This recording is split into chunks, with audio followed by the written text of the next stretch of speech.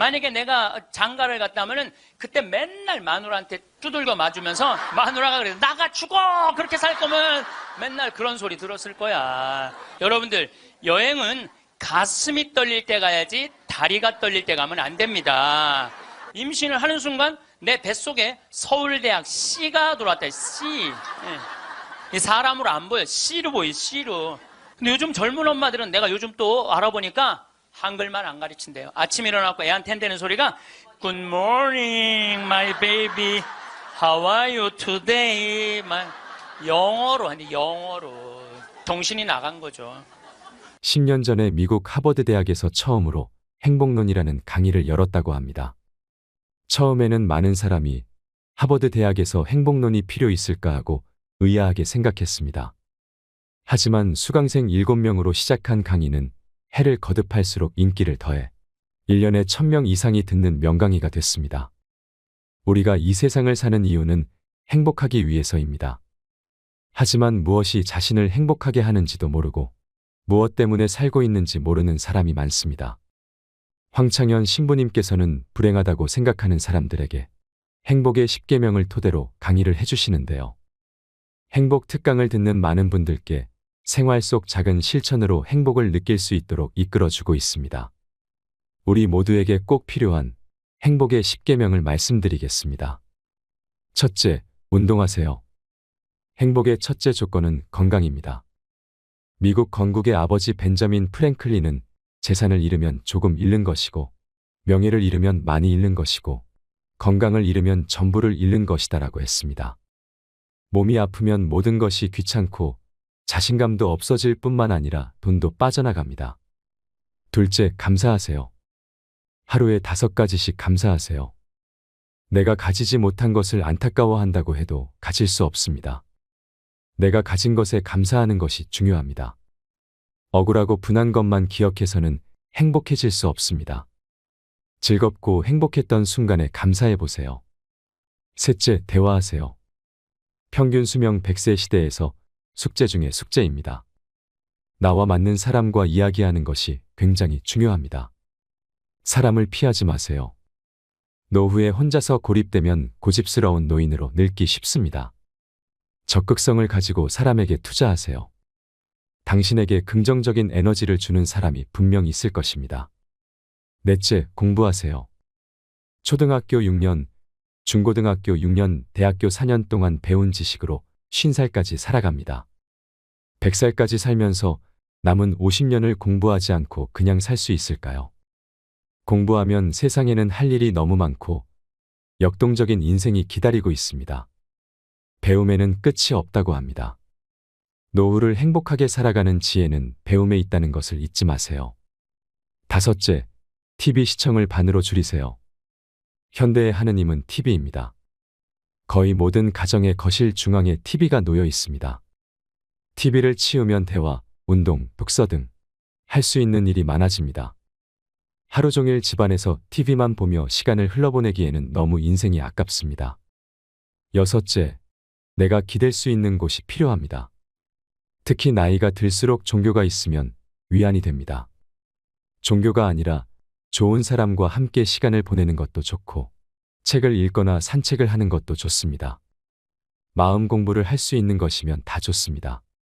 내가 믿고 있는 가치관과 진리에 따라 살지 않으면 인간은 원하지 않는 방향으로 흘러가기 쉽습니다.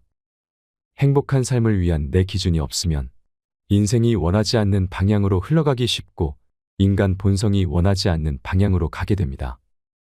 그러니 내가 마음 편히 기댈 수 있는 곳을 마련하세요. 일곱째, 웃으세요. 웃는 것이 행복으로 가는 최고 지름길입니다. 인간은 웃느냐 웃지 않느냐에 따라 행복이 결정됩니다. 웃는 사람에게 사람들은 매력을 느끼기에 인간관계도 좋아집니다. 여덟째, 먼저 전화하세요. 누군가 나에게 먼저 다가와 주기를 바라지 말고 먼저 다가가세요. 죽기 전에 가장 많이 후회하는 것 중에 하나가 왜 내가 먼저 그들에게 다가가지 못했을까? 왜 더 함께 시간을 보내지 못했을까라고 합니다. 그러니 친구와 가족들, 내 소중한 이들과 함께 시간을 보내세요. 아홉째, 자기 자신을 사랑하세요. 자기 자신을 사랑하지 않는 사람은 누구도 사랑할 수 없습니다. 자기 자신을 위해 시간과 돈을 쓰세요. 열째, 이웃에게 친절히 하세요. 자기 반성의 신앙생활은 이웃사랑으로 꽃을 피워야 합니다. 우리는 너무 인색하게 삽니다. 주변을 돌아보며 사랑을 실천하는 데 익숙해져야 합니다. 적어도 죽기 전에 내가 살아온 인생을 후회하며 가지 않도록 해야 합니다. 여러분, 나는 행복했습니다. 여러분도 행복하십시오라고 말할 수 있어야 합니다. 후회가 없으려면 우리는 행복하게 살아야 합니다. 황창현 신부님의 행복특강을 들으면 인생을 행복하게 사는 지혜를 깨달을 수 있습니다. 우리가 행복하지 않을 이유가 있을까요? 욕심을 조금만 내려놓으면 자유로움을 느낄 수 있을 것입니다. 황창현 신부님의 행복특강을 통해 인생을 살아가는 지혜를 찾는 시간이 되시길 바랍니다. 영상이 마음에 드신다면 구독과 좋아요, 알림 설정 부탁드립니다. 반갑습니다. 세상에 가장 허망한 약속이 뭐냐면 나중에 뭘 한다는 거예요. 나중에. 나중에. 제가 여러분들한테 강의 때 이렇게 말씀드렸어요. 여러분들, 여행은 가슴이 떨릴 때 가야지 다리가 떨릴 때 가면 안 됩니다. 기억나세요? 그런데 대개 한 50에서 60 되신 분들이 이때 여행을 가고 싶어. 말대로 여행을 가고 싶은데 지금 애도 교육도 시켜야 되고 결혼도 시켜야 돼. 그러니까 신부님, 나중에 간다고. 나중에는 없어요. 가려면 언제 가야 돼? 지금 가야 돼, 지금. 금 중에 제일 소중한 금이 황금도 아니고 소금도 아니고 지금이에요, 지금. 여러분들 중에 이런 분들이 있어요.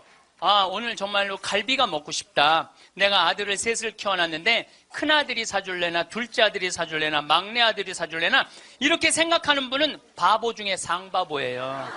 왜냐하면은 아니 아들이 무당이야? 막 일하다가 엄마가 지금 갈비 먹고 싶어 하네? 오늘 가서 사드려야 되겠다. 이런 자식 있어요, 없어요? 없어요. 지금 갈비 먹고 싶은 거 누구만 알아? 나만 알아. 이거 누가 사줘야 돼? 내가 사줘야 돼. 누구 돈으로? 내 돈으로. 내 돈으로. 여러분들이 행복하시고 싶으면은 뭐를 벌어야 되냐면 거지 근성을 벌여야 돼. 거지 근성. 누가 사주기를 바라는, 누가 나를 행복하게 해주기를 바라는 이 거지 근성을 버려야 돼. 먹고 싶은 거 있으면 누가 사 먹어야 돼? 내가 사 먹어. 행복하고 싶으면 누가 행복하면 돼? 내가 행복하면 돼. 언제? 나중에 말고 언제? 지금. 여러분들 지금 어느 교수님이 한 얘기지만은 아이스크림이 있어. 이 아이스크림이 있는데 너무 더워. 그럼 이거 어떻게 해야 돼? 먹어야 돼. 언제 먹어야 돼? 지금 먹어야 돼. 이거 나중에 먹는다고 놔두면은 이거 녹아서 남아있어요? 안 남아있어요? 저한테 많은 암 환자들이 오죠. 많은 암 환자들이 와서 하소연할 때 이런 얘기를 해요. 신부님, 제가 정말로 이제 60부터 행복하려고 30살서부터 60살까지 돈만 모으고 아무데도 놀러 안 갔다는 거야. 근데 암이 걸려갖고 이제 아무데도 갈 수가 없다는 거야. 억울해 죽겠다는 거야. 차라리 그때 갈 걸. 미국 사람들은요 5개월 일해서 한 달 여행 가는 게 목적이에요. 5개월 열심히 돈 모아. 이번엔 내가 뭐 어딜 간다 그러면 열심히 와서 한 달 휴가 화끈하게 갔다 와요. 또 한 5개월 열심히 모아. 또 한 달 화끈하게 왔다가. 그 사람들 한 30년 동안 살면서 거의 60번 정도의 휴가를 멋있게 갔다 오는 거예요. 근데 우리나라는 30살부터 60살까지 나중에 가려고 한 번도 안 가. 근데 덜커덕 뭐가 걸려? 암이 걸려갖고 이거 뭐 죽을지 살지 모르는 그런 상황에 들어가는 경우가 많다는 거예요. 행복하려고 그러면 언제 행복해야 돼? 지금 행복해야 돼. 지금. 나중에는 기다려주지 않는다는 얘기예요. 그래서 투자를 하고 싶어도 여러분들이 가장 어리석은 투자가 뭐냐면 주식 투자예요. 주식 투자. 여기 지금 주식 투자하는 분들 분명히 계실 거예요. 자, 주식 투자를 할 동안은 돈 써요? 못 써요? 못 써요. 그런데 제가 모 은행의 지점장들 300명한테 강의를 한 적이 있어요. 근데 그분들이 나한테 이렇게 말을 해요. 대개 주식 투자하는 개인의 96%는 평생 하다 보면은 5천에서 1억 정도는 다 손해보고 나간다는 거. 96%가. 96%가 써보지도 못하고 날리는 거야. 써보지도 못하고. 저는 요즘 필라테스라는 걸 해요. 제가 필라테스를 하는데 그런데 제가 뭐 관절염이 있으니까 안 쓰는 근육들이 너무 많더라고. 일주일에 2번 하는데 내 몸이 나한테 그러더라고. 주인님 너무너무 감사하다는 거야 나한테. 왜 이렇게 나한테 잘해주느냐고. 필라테스를 하죠. 그 다음에 내가 영어 공부하죠. 나한테 하는 투자는 아깝지 않아요. 그런데 주식 투자는 써보지도 못하고 날리는 거야. 아니 여러분들 5천만 원을 날린 분들 내가 물어볼게요. 여러분들 그 5천만 원을 갖고 자기한테 투자했어. 자기 신앙에 투자했어. 5천만 원을 가지고 이스라엘 성지순례를 10번을 갔다 왔다고 생각을 한번 해봐요. 그럼 여러분들은 지금 10번 갔다 온 분들은 예수님하고 트고 지낼 수 있어요.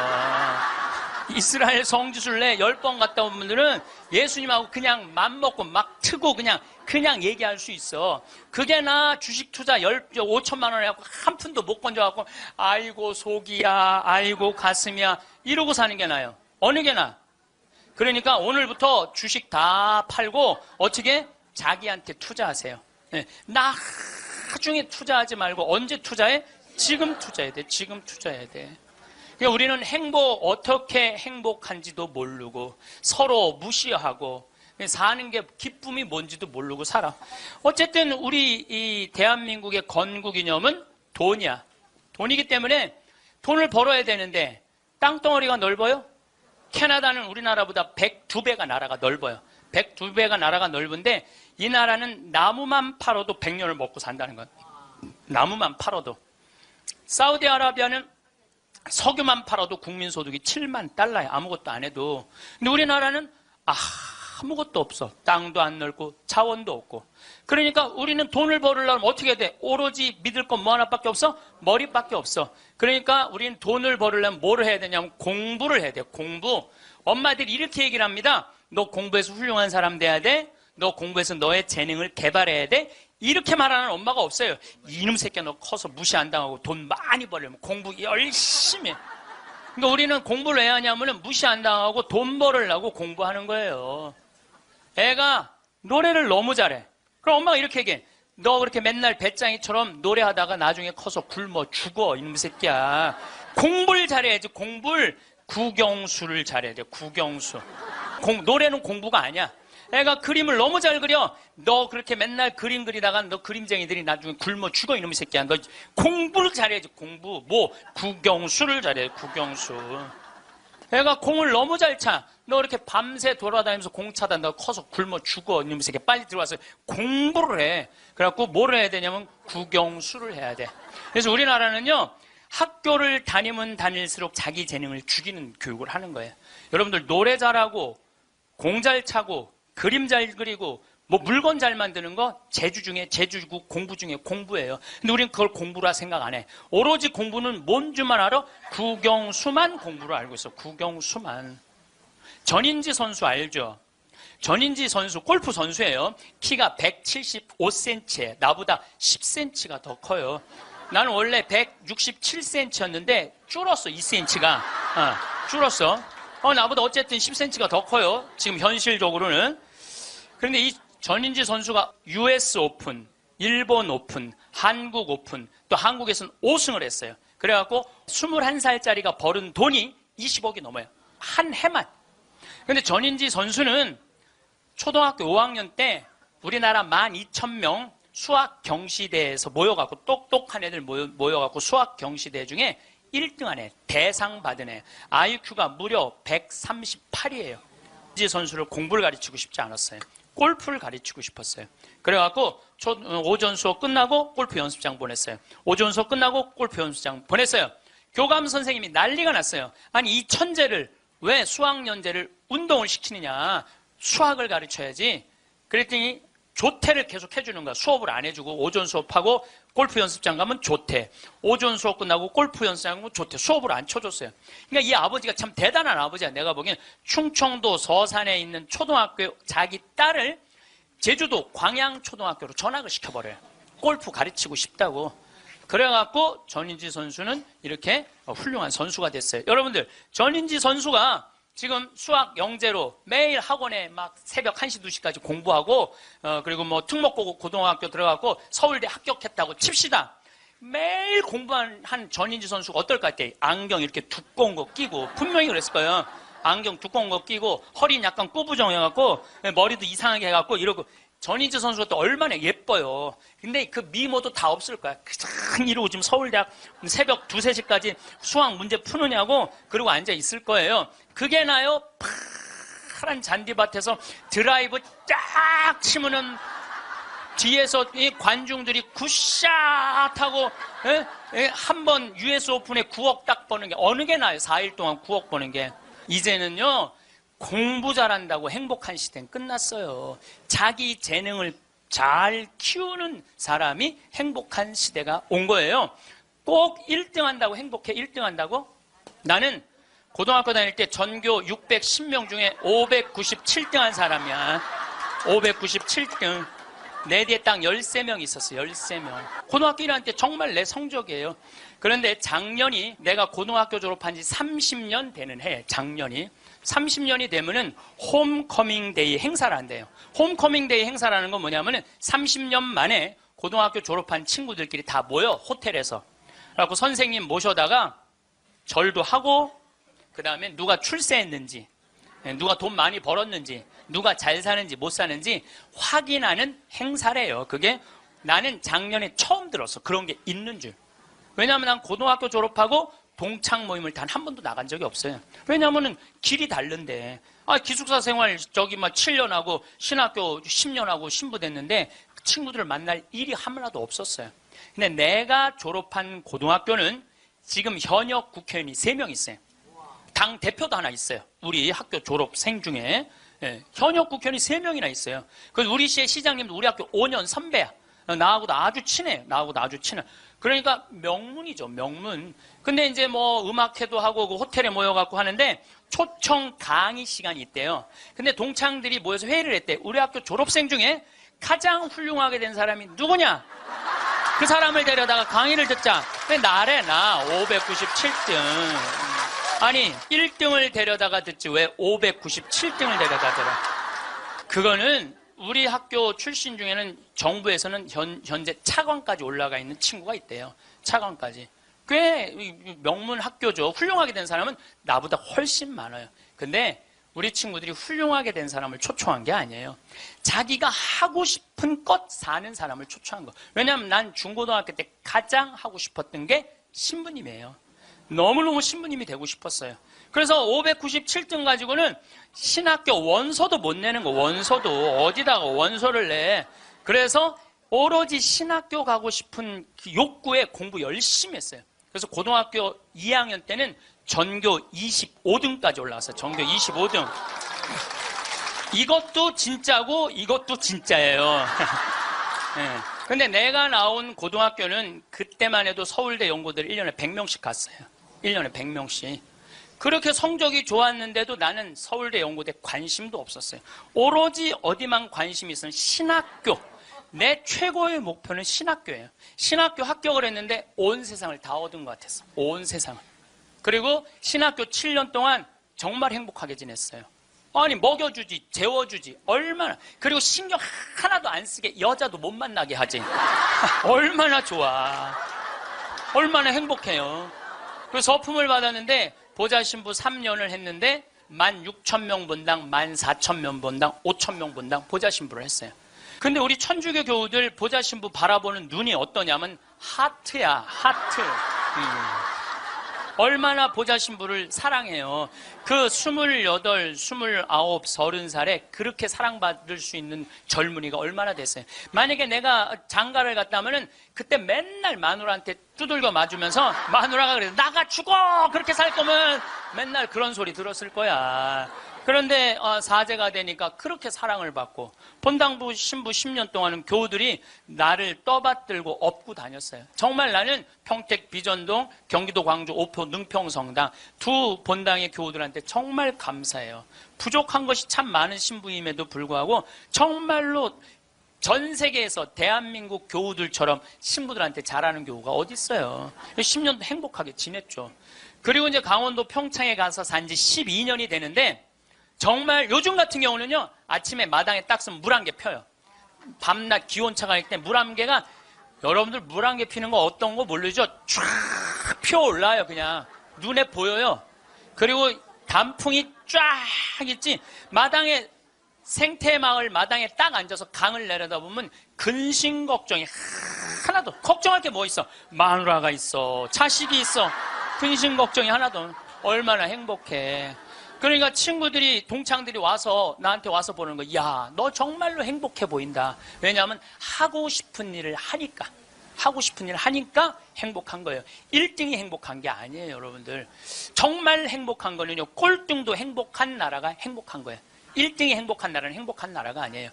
평창에 와서 살면요, 갑부예요. 우리 땅 좋은 거 하나에 15만이 한 평에. 그러면 한 300평 사봐야 한 4,500만 원, 5천만 원이에요. 그리고 집 기가 막히게 잘 지면은요, 한 1억 5천이면 정말 이 서울의 어떤 집보다 멋있게 질 수 있어. 그래봤자 2억이야, 2억. 그리고 7억이 현찰로 남으면요, 평창에서 갑부로 살 수 있어요. 근데 우리는요, 1등에만 목을 매기 때문에 내려앉는 걸 할 줄 모르는 거예요. 내려앉는 걸 할 줄 모르는 거예요. 여기 있는 분들도 가만히 있어요. 난 망했어. 그리고 가만히 정신 차려보면 그래도 건질 게 많거든. 그런 거 정리해갖고 평창에 오면 다 되는 건데, 여기서 살라고 그러니까 힘든 거예요. 여기서 살라고 그러니까. 그러니까 1등병을 고쳐야 돼요. 1등병을. 자기가 하고 싶은 거 하고 사는 게 제일 좋은 거예요. 우리 집에 조카가 하나 있는데 3년 전에 내가 잠비아를 데리고 갔다가 얘가 말라리아에 걸렸어요. 그래갖고 여러분 1년에 말라리아로 걸려 죽는 숫자가 얼마냐면 300만 명이에요. 300만 명. 예. 근데 처음에는 말라리아인지 모르고 독감인 줄 알고 계속 수원에 있는 병원에 있었어. 근데 보니까 이게 치료가 안 되는 거야. 점점 백혈구 수치가 올라가는 거야. 죽기 직전까지 올라간 거야. 너무너무 놀래갖고 내가 여기 서울 국립의료원에 입원을 시켜놓고 마침 서울대병원에 내가 강의를 나가니까 전화해갖고 최고로 좋은 감염내과 의사 찾아서 우리 조카 좀 내가 조카 하나 잡게 생긴 거 아니에요. 지금 아프리카 데리고 가서 조카 좀 살려. 그리고 내가 그날 내 평생에 그렇게 간절하게 기도한 적이 없어. 하느님, 우리 조카만 살려주면 내가 열심히 살겠습니다. 딴 생각 안 하고 내가 열심히 기도했어요. 조카가 살아났어요. 기적같이 살아났어요. 정말 죽으려고 그러는 애가 살아났어요. 근데 얘가 그 말라리아 걸리기 전에는 화학과를 다녔어요. 근데 별로 행복해 보이지 않더라고, 애가. 화학과를 다녔던 애가. 근데 말라리아 치료되고 난 다음에 학교를 때려쳤어요. 얘가 어렸을 때 성우를 하고 싶어 했어요. 그래서 뭐 바이올린도 배우고 피아노도 배우는 아이예요, 원래는. 근데 화학과를 간 거야. 바이올린하고 피아노 배우는 애가, 성우하고 싶은 애가 화학과를 가니 얼마나 한심해요. 그랬더니 나한테 그러는 거야. 삼촌, 내가 학교 때려쳤어. 그래서 왜? 그랬더니 내가 죽음 직전까지 가보니까 내가 좋아하는 걸 하다가 죽는 게 자기가 옳게 사는 거라는 생각이 들더래요. 그래서 얘가 공부를 해갖고 뮤지컬 학과를 들어갔어요. 뮤지컬 학과를 들어가고 아니 가자마자 장학금을 받고 다니는 거. 화학과 다닐 땐 장학금 하나도 받지 못했던 애가 자기가 좋아하는 걸 하면은 되는 거예요. 뭐 청음은 만점이래요. 이번 축일 때 얘가 우리 생태마을에 와갖고 저 삼촌 때문에 내가 인생이 바뀌었다 그러면서 노래를 하는데요. 정말로 웬만한 기성 그 뮤지컬 가수보다도 정말 잘한다고 하면 좀 문제가 있겠지만 절대 노래를 기가 막히게 잘하더라고. 얘가 노래를 얼마나 잘하는지. 얘가 나하고 목소리가 똑같아. 내가 심장이 떨리더라고, 심장이. 그런데 아버지인 우리 둘째 형이 나한테 하는 얘기가 지금 쟤는 대한민국에서 제일 행복한 애라고. 자기가 하고 싶은 걸 하니까. 그래서 내가 그 아이를 볼 때마다 너무 기특해갖고 이번 주 토요일 날도 노트라담 드 파리라는 뮤지컬을 내가 끊어줬어요. 최고 좋은 좌석에 너 가서 보라고. 그러니까 애가 자기가 하고 싶은 걸 하니까 박수를 쳐주고 싶은 거야. 여러분들도 정말 자녀들을 사랑한다면 여러분들이 좋아하는 국영수를 가르치지 말고 자녀가 좋아하는 걸 찾아줘야 돼요. 그래서 우리는 1등을 해갖고 어딜 들어가야 돼? 서울대학을 들어가야 돼. 이게 행복 공식이야. 돈을 벌으려면은 공부를 잘해야 되고 공부를 잘해서 1등을 하고 1등을 해갖고 서울대학을 들어가야 돼. 근데 여러분들 우리나라 자살률 최고 높은 학교가 어딘 줄 아세요? 카이스트예요. 카이스트. 공부 잘한다고 행복한 거 아니에요. 하고 싶은 일을 하는 게 행복한 거예요. 서울대학을 들어가야지 행복하고 인생에 성공했다는 이 대한민국 사람들의 머리를 뜯어 고쳐야 된다는 거예요.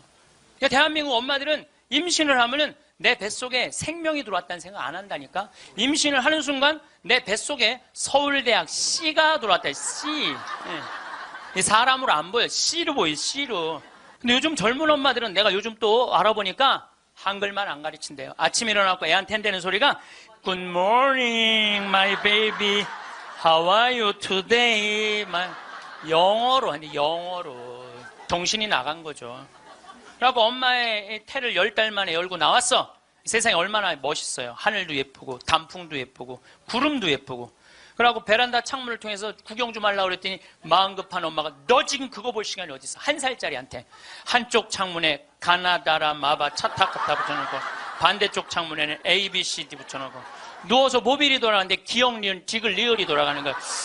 자, 저는 이 이야기를 20년째 하고 있어요. 왜냐하면은 내가 가정방문 다녀보면서 제일 꼴배기 싫은 게 애방에 글자, 숫자, 영어 더덕더덕 붙여놓는 거예요.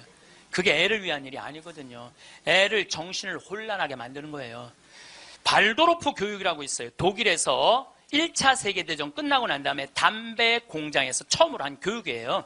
근데 이게 가장 인간한테 인권을 존중해주는 교육이래요. 이 발도르프 교육은 유치원 때부터 대학 졸업할 때까지 등수가 없어. 등수가. 누가 1등인지 누가 꼴등인지 몰라. 그리고 이 발도르프 교육에서는 사람을 어떻게 등수로 먹이느냐 이거예요. 사람 어떻게 등수로 평가하느냐 이거예요. 등수가 없어요. 그리고 지금 노르웨이, 핀란드, 덴마크, 네덜란드 다 등수 없어요. 우리나라처럼 1등급부터 15등급, 20등급 나눠놓는 나라가 없다니까요. 참 불행한 거예요. 이건 교육이 아니에요. 교육이. 근데 이 발도르프 교육에서 가장 하지 말아야 되는 거 머리맡에 모빌 달아놓지 말라는 거예요. 애기한테 모빌 달아놓으면 절대 안 된다는 거예요.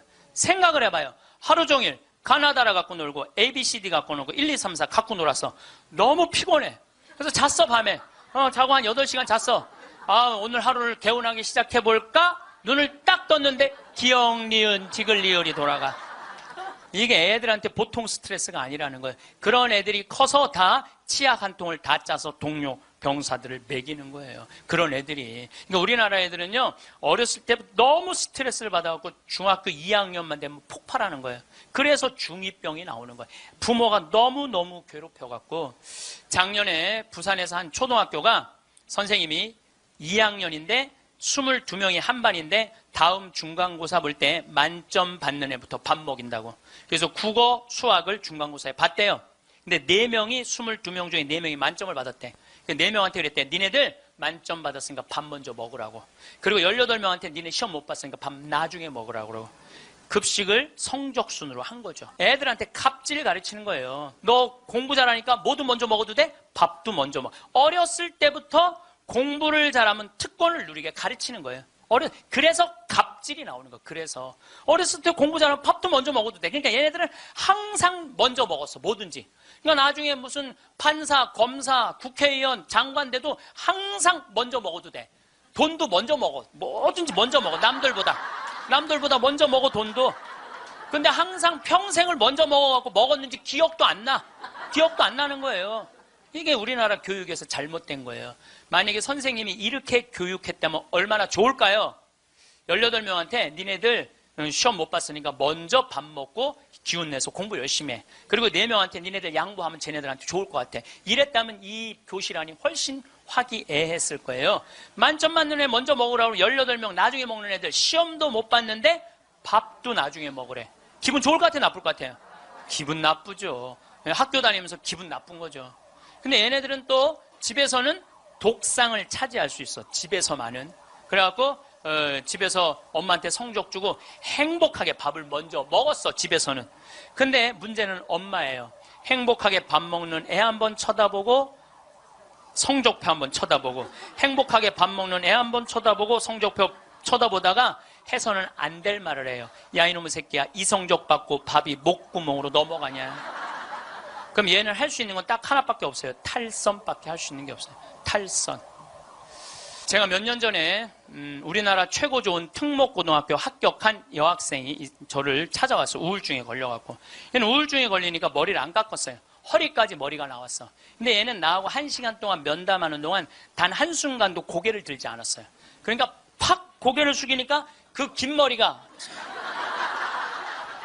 나는 걔 얼굴을 1시간 동안 못 봤어요. 까만 머리만 봤어. 까만 머리만. 근데 얘가 하는 말이 이런 말이에요.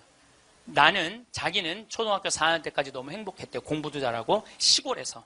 근데 선생님이 엄마를 부르더니 얘는 여기다 놓기 너무 아까운 애라고. 공부를 너무너무 잘하니까 평촌으로 보내라고, 학원만은. 그래서 평촌으로 엄마가 전학을 보냈대요. 근데 여러분들 이거 생각해야 돼요. 아이는 전학을 한번 가면은 엄마 뱃속에서 새로 태어난 것 같이 새로운 환경에 놓인대요. 친구 새로 만나야지, 선생님 새로 만나야지, 가는 길 다르지. 그만큼 힘든 거야, 전학을 한번 가면은. 근데 가자마자 전교 1등을 했대요. 그러니까 바로 왕따를 당했대요. 바로 왕따를 당했대요. 그냥 사는 게 너무너무 학교 다니는 게 지겨웠대요. 근데 오로지 공부 잘하니까. 거기서 너무너무 공부를 잘하니까 선생님이 엄마를 부르더니 얘는 평촌에 놓기 너무 아깝다고 일산으로 보내라고. 일산으로 갔대요. 중학교 올라왔고 일산에서도 공부를 너무 잘한 거야. 그랬더니 선생님이 엄마를 부르더니 얘는 여기다 놓기 너무 아깝다고 강남으로 보내라고. 강남으로 간 거예요. 그래서 우리나라 최고 좋은 특목고등학교 합격을 했어요, 이 아이가. 합격을 했는데 우리는 특목고등학교 3월 달에 들어가는 게 아니고 우리 일반고등학교는 3월에 가잖아요. 특목고등학교 1월 달에 기숙사에 들어간대요. 그래서 1월, 2월 2달 만에 고등학교 2학년 과정을 다 마친대요. 워낙 똑똑한 애들이니까. 그러니까 걔네들이 다 예일대, 하버드대, 서울대 2학년 때 다 가는 거예요. 3학년 때까지 안 가. 2학년 때 다 가는 거야. 선행학습 하니까. 근데 첫날 공부를 하고 저녁에 양치를 하려고 그랬는데 치약을 안 갖고 왔더래. 그래갖고 한 방이 6명이 있었는데 5명한테 치약을 빌려달라고 그랬더니 치약을 빌려주는 애가 한 명도 없더래요. 안 빌려주더래. 왜 안 빌려줘요? 만약에 내가 치약을 빌려줘갖고 얘가 양치를 잘해갖고 다음날 건강하게 일어나고 공부를 열심히 하면 되겠어요? 안 되겠어요? 내 경쟁자가. 얘네들은 경쟁자로 보이는 거예요. 친구로, 동료로 안 보이는 거예요. 그래갖고 뭐를 해야 돼? 1등을 해야 돼. 그래갖고 뭘 해야 돼? 출세를 해야 돼. 협동, 이해, 양보, 배려, 이런 거 안 배워요. 이런 거 안 배워요. 경쟁, 1등, 출세, 돈, 이걸 배우는 거예요. 얘가 생각을 해보니까 그때 우울증이 온 거예요. 이게 뭐냐. 근데 걔가 나한테 정말로 울부짖으면서 한 얘기가 있어요. 신부님, 나는 내 인생을 돌아봐서 16년 동안 즐거웠던 추억이 하나도 없어요. 공부한 거 외에는 생각나는 게 하나도 없다는 거예요. 토요일 날 일요일 학원만 다녔지 어디 놀러 가봤던 적도 없다는 거예요. 그러니까 추억이 하나도 없는 애들이 특목고 가는 거예요. 그리고 그중에 진짜 4당 오락 4시간 자면은 합격, 5시간 자면은 떨어져. 그러니까 4시간밖에 안 자고 공부만 하는 애들이 서울대학 가는 거예요. 그중에 정말 도서관에서 머리통이 터져라 공부하는 애들이 사법고시, 행정고시 보는 거예요. 그리고 그중에 진짜 똑똑하고 출세 욕구 있는 애들이 국회의원이 돼갖고 지금 대한민국을 통치하고 있는 거예요. 대한민국 모든 사람들이 만들어낸 거예요. 대한민국 국회는 대한민국 교육의 결정체예요. 만약에 대한민국 교육이 협동하고 이해하고 양보하고 배려하는 걸로 가르쳤다면 우리나라 국회의원들 항상 서로 여야가 합의 보고 협동하고 양보하고 그렇게 나갔을 거야. 근데 초등학교 때부터 그렇게 배운 적이 없어. 경쟁하고 1등하고 출세하고 자기 잘난 것만 배웠어. 핀란드 유치원하고 우리나라 유치원하고 자전거를 한 대 갖다 놓고 어린이집 놀이터에 이 자전거를 갖고 정말로 얘네들이 잘 노나 실험을 했어요. 근데 핀란드에는 20명이 있는데 한 명이 막 타고 노는데 다른 애가 아무도 안 건드려. 그래서 얘는 또 타고 놀더니 제자리에 갖다 놔. 다음 애가 또 타고 놀아. 그 다음 애가 또 타고 놀아. 그래갖고 20명이 1시간 내에 다 타고 놀았대요. 그런데 우리나라에는 딱 20명이 그 새 자전거를 보더니 20명이 매달려갖고 네가 먼저 타내는 내가 먼저 타내는 싸워갖고 1시간 동안 한 명도 못 탔다는 거예요. 자, 여러분들 이게 EBS에서 5년 전에 한 실험이에요. 똑같은 자전거를 놓고 핀란드 애들은 다 타고 놀았는데 똑같은 자전거를 놓고 우리나라 애들은 한 명도 못 탔어요. 우리나라엔 지금 먹을 재산이 너무너무 많아. 나눌 게 너무너무 많아. 그런데 아무도 못 가죠. 너도 못 갔고 나도 못 갔고 하늘에서 붕 떠 있어. 천국은 나누느냐 나누지 않느냐로 결정돼요. 천국과 지옥은. 여러분들, 하느님이 제가 늘 말씀드리잖아요. 하느님이 째째한 분이 아니에요. 천당, 지옥 다 먹을 거 상다리가 부러지게 차려놔. 너무 많이 차려놓으니까 상이 너무 커. 그러니까 젓가락이 저기까지 먹어야 되니까 우리 팔 2배만 해. 전부 다 젓가락이. 천국에 가보니까 살이 다 통통 쪘어. 왜 쪄? 이걸 찝어갖고 저쪽에 있는 애한테 너도 한번 먹어봐. 너도 한번 먹어봐. 너도 한번 먹어. 서로 먹여주는데, 지옥은 자기 팔보다 2배 긴 젓가락을 쥐고 저만 먹으려고. 이 자전거하고 이거하고 똑같은 거예요. 우리나라도 지금 똑같아요. 우리나라 정말 돈이 많은 나라인데 다 여유가 생겼는데 아직도 자기 입에만 집어넣으려고 그러는 거예요. 그러니까 협동, 이해, 양보, 배려가요, 미래 세계는 성공할 수 있는 길이에요. 경쟁, 1등, 출세가 성공의 길이 아니에요. 빌 게이츠가 며칠 전에 얘기했잖아요. 미래 세계는 나누는 나라가 경쟁이 있는 나라라고. 제가 1년에 도로를 9만 킬로를 다녀요. 내 차로 9만 킬로. 택시 기사들이 1년에 얼마를 뛰느냐 하면 4만 5천 킬로를 뛰어요. 근데 나는 9만 킬로를, 나는 택시를 했어도 택시 기사들보다 2배 돈을 더 벌었을 거야. 9만 킬로를 뛰니까. 그러니까 하루 중에 보통 도로에서 6시간 정도 있어요. 근데 매일 그렇게 있어요. 그러니까 도로에서 벌어지는 일은 세상 어느 누구보다도 내가 많이 알아요. 오늘도 영동고속도로로 나왔는데, 영동고속도로가 4차선이야. 4차선이면은 1차선은 추월차선이에요. 추월차선. 추월하면 들어가 줘야 돼요. 추월하면 들어가 줘야 되고, 추월하면 들어가 줘야 돼요. 왜냐하면 뒤에 바쁜 차들 가라고. 내가 이탈리아를 가보니까 이탈리아는요, 1차선이 보통 130에서 140으로 달려요. 추월하는 차들이니까 쫙쫙. 그리고 만약에 100km로 달리는 차들이 있으면은 막 뒤에서 상향등을 막 켜요. 비키라고. 그러면은 막 달리다가도 뒤에서 막 상향등을 켜잖아요. 내가 지금 천천히 가나 바로 빠져줘요.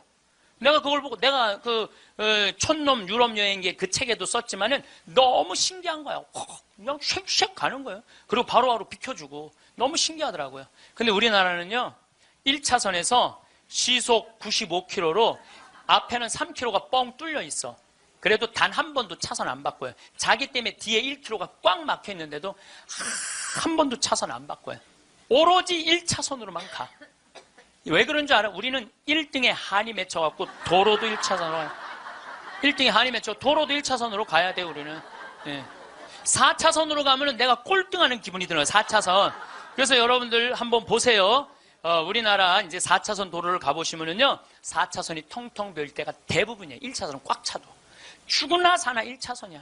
그러니까 너무 열받으니까 쫓아가갖고 이 야구 방망이로 앞에 앞유리를 깨고 3단봉으로 내리치고 비비총으로 쏘고 서로 양보를 못하는 거예요. 자존심이 상하는 거예요. 아니, 자기가 좀 늦으면은 2차선으로 가든 3차선으로 가든 4차선으로 가는데 우리는 이게 안 되는 거예요. 그리고 방향 지시등을 켜주는 건 예의야. 뒷사람에 대한 예의야. 그런데 10대 중에 방향 지시등을 켜주는 차들은 3대 내지 4대밖에 안 돼요. 그냥 들어가고 싶으면 들어가고 나가고 싶으면 나가고 자기 하고 싶은 대로 하는 거예요. 서로에 대한 예의가 안 갖춰져 있으니까 매일매일 폭력적인 일이 벌어지는 거예요. 가장 기본적인 걸 안 가르치는 거죠. 가장. 근데 지난번에는 뭐 서울에서 강의가 있어갖고 나오는데 2000쯤 나왔는데 뒤에 앰뷸런스가 내가 봐도 무지하게 급한 것 같아. 달려오는 게 막 상향등에 비상 깜빡이에 뭐 삐우삐우에 정신이 하나도 없는 거예요. 그런데 내가 딱 자리를 비켜줬는데 앞에 10대 중에 내가 쉬어봤어요. 몇 대가 비키나. 딱 3대 비키는 거야. 나머지 7대는 그냥 가는 거야. 그러니까 너무너무 급하니까 지가 막 2차선, 3차선으로 막 가더라고요. 그 앰뷸런스가. 그만큼 남에 대한 배려가 없는 거예요. 미국이나 캐나다는요, 앰뷸런스나 경찰차가 소방관차가 딱 하잖아요. 모든 차는 양쪽 쫙 갈라져요. 그리고 아예 서버려. 그 차 가라고. 그게 기본적인 배려예요. 배려. 근데 우리는 왜 안 비키냐 그랬더니 그런 심리가 있대요. 저 안에 아무도 없을 거야. 지가 바빠서 저거 키고 가는 걸 거야. 이런 심리가 있대요. 얼마나 우리가 지금 기본이 안 돼 있는 게 지금 우리의 문화 안에 있는지 몰라요. 지난 1월 달에 제가 괌에 강의를 갔어요. 괌에 강의를 갔는데 저녁에 나하고 같이 간 신부님이 시내 구경 나가자고. 그래서 나갔어요. 근데 건널목을 건널라고 그랬는데 두 걸음을 걷는데 빨간불이 딱 켜졌어.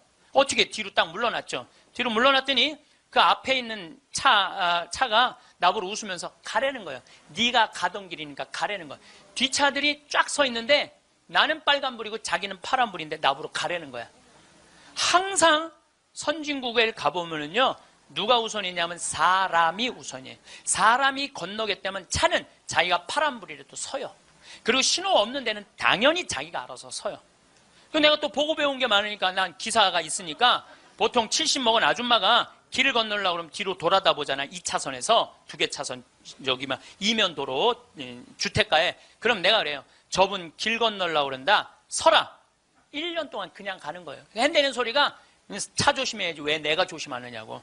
그러니까 사람이 차 조심을 해야 돼. 차가 사람을 조심해야 되는데 우리는 사람이 차를 조심해야 돼. 하도 내가 잔소리하니까 요즘은 서요. 딱 우리 서갖고 웃으면서 가라고. 그럼 70 먹은 아줌마가 느닷없이 우리가 쓰잖아요. 웃으면서 가라고 그러잖아요. 그럼 70 먹은 아줌마가 우리 차를 보고 표정이 이런 표정이야. 진짜 가도 돼? 이런 표정이야. 진짜 가도 돼? 이런 표정. 그래서 우리가 웃으면서 진짜 가도 돼요? 예. 그럼 그때서 웃으면서 건너가요. 그러니까 자기를 위해서 차가 서준다는 건 상상을 못하는 거죠. 자기를 위해서 차가 서준다는 거는. 제가 지난번에 원주 국토관리청에서 강의가 있었어요. 가깝잖아요. 내가 운전하고 나갔어요. 운전하고 나갔는데 치악체육관에서 강의 끝나고 돌아오는데 치악체육관에서 가는데 도로 한가운데 젊은이가 라켓 2개를 뒤에다가 메고 가운데 갇힌 거야. 걔네들이 갇혀있는데 차들이 싱싱 달리더라고. 건널목 한가운데 갇혀있는데. 그래서 내가 차를 딱 세웠어요. 내가 쓰니까 뒷차들도 다 섰죠. 한 개 차선이니까 다 서갖고 내가 쓰면서 웃으면서 건너가라고. 그랬더니 젊은이 둘이서 날 보고 하는 표정이 진짜 가도 돼? 이런 표정이. 진짜 가도 돼? 그래서 내가 진짜 가도 돼. 그랬더니 얘네들이 이 산더미만한 애들이 딱 건너가다가 갑자기 내 차로 고개를 몸을 돌리더니 90도 인사를 하고 가는 거예요. 걔네들 기분 좋게 건너가고 나 기분 좋은데 걸리는 시간이 3초밖에 안 걸렸어요. 3초. 근데 우리는 그 3초를 내놓지 못하는 거예요. 사람을 무시하는 거죠. 사람을 존중해 주는 게 아니라 사람을 무시하는 거예요. 제가 영어학원 다닌다고 이제 영어학원을 다니는데 이제 지하에다 주차를 해놓고 올라와요. 주차 1층에서 이제 내려야 돼요, 저는. 근데 이제 3층, 4층에 중학교 애들 영어 이제 학원이 있어요. 그 딱 내리면은 1층에서 내리려면 애들이 한 20명 서 있어, 바깥에. 엘리베이터 안에 사람이 꽉 차 있어. 근데 내리는데도 걔네들 밀고 들어와요. 학원은 다녀서 뭐해? 가장 기본적인 게 아무리 국영수를 잘하면 뭐해? 가장 기본적인 질서를 안 지키는데 지금 여러분들 자녀들한테 백날 공부 가르쳐봐요. 남을 양보하고 배려하고 남에 대한 어떤 협동이라든지 이런 게 안 가르쳐주면 안 지켜주면 공부해나 마나예요. 지금 대한민국은요 밑빠진 독에 물 붓고 앉아 있는 거예요. 이건 교육이 아니에요. 진정한 교육은 뭐냐면 사람을 존중해 주는 거예요. 자유를 존중해 주는 거예요. 선택권을 주는 거예요. 국정교과서로서 선택권을 뺏는 게 아니고 그게 교육이고 그게 자유고 그게 민주주의예요. 그게 예수님이 원하는 거예요. 어느 누구도 무시하지 말라는 거. 이게 예수님이 원하는 거예요. 여러분들도 우리 삶 안에서 내가 얼마나 사람을 존중하고 사람을 배려하나 좀 생각을 해봐야 될 것 같아. 근데 이게 하루아침에 생긴 게 아니야. 하루아침에 사람을 무시하는 게 생긴 게 아니라니까. 조선 500년 내내 사람을 무시하는 문화가 배 있어요. 누가 조선이 선비의 나라라고 그래. 선비는 10%밖에 안 됐어요. 90%는 평민이고 노비야. 90%는 온데간데 없고 조선이 선비의 나라라고. 그 10%만 위한 나라야. 부자만을 위한 나라일 수가 있다는 거죠.